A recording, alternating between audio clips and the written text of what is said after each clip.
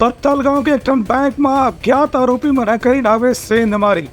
CCTV camera ले police आरोपी मन ला खोजबीन में लग्या। पत्थल गांव के स्टेट बैंक में काली देर रात चोरी के एक बड़े घटना सामने आई से फिलहाल बैंक में कतका नुकसान हुए खर बारे में अधिकारी मन कुछ भी बताए के स्थिति में नहीं है। बैंक के मैनेजर दिलीप कुमार के कहना है कि पहले भी एक पत्थल गांव के ब्रांच में सेंधमारी की घटना हो चुके हैं, जिसमें लाखों रुपए लूट के अज्ञात आरोपी मन लगे रही हैं। घटना के बारे में अतिरिक्त पुलिस अधीक्षक उमेश कश्यप जानकारी दी है कि सेंधमारी की घटना में कौन किस्म के औजार के इस्तेमाल करे गए है, एक सीसीटीवी के फुटेज देख के जांच करे जाते हैं। वो उम्मीद जताएं कि जल्दी ही आरोपी मन ला पकड़ ले जाए। आधी रात में पुलिस पेट्रोलिंग को सूचना मिली कि एसबीआई बैंक में आग लग गई है, जिस पर से पुलिस ने फायर ब्रिगेड बुलाया और आग बुझाने का प्रयास किया, जिसमें आग से ज़्यादा नुकसान नहीं हुआ और तत्काल आग बुझा लिया गया। लेकिन आग बुझाने के बाद ये पता चला कि बैंक में चोरी का प्रयास हुआ है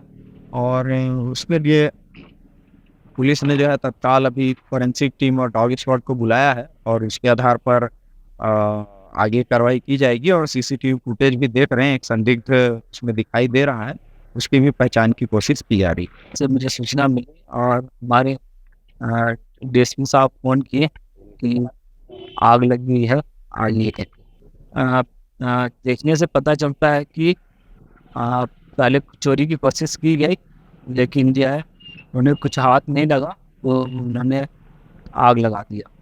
आग से थोड़े बहुत रिपोर्ट जले हैं और बाकी कोई क्षति नहीं। Bureau report Uttarakhand news.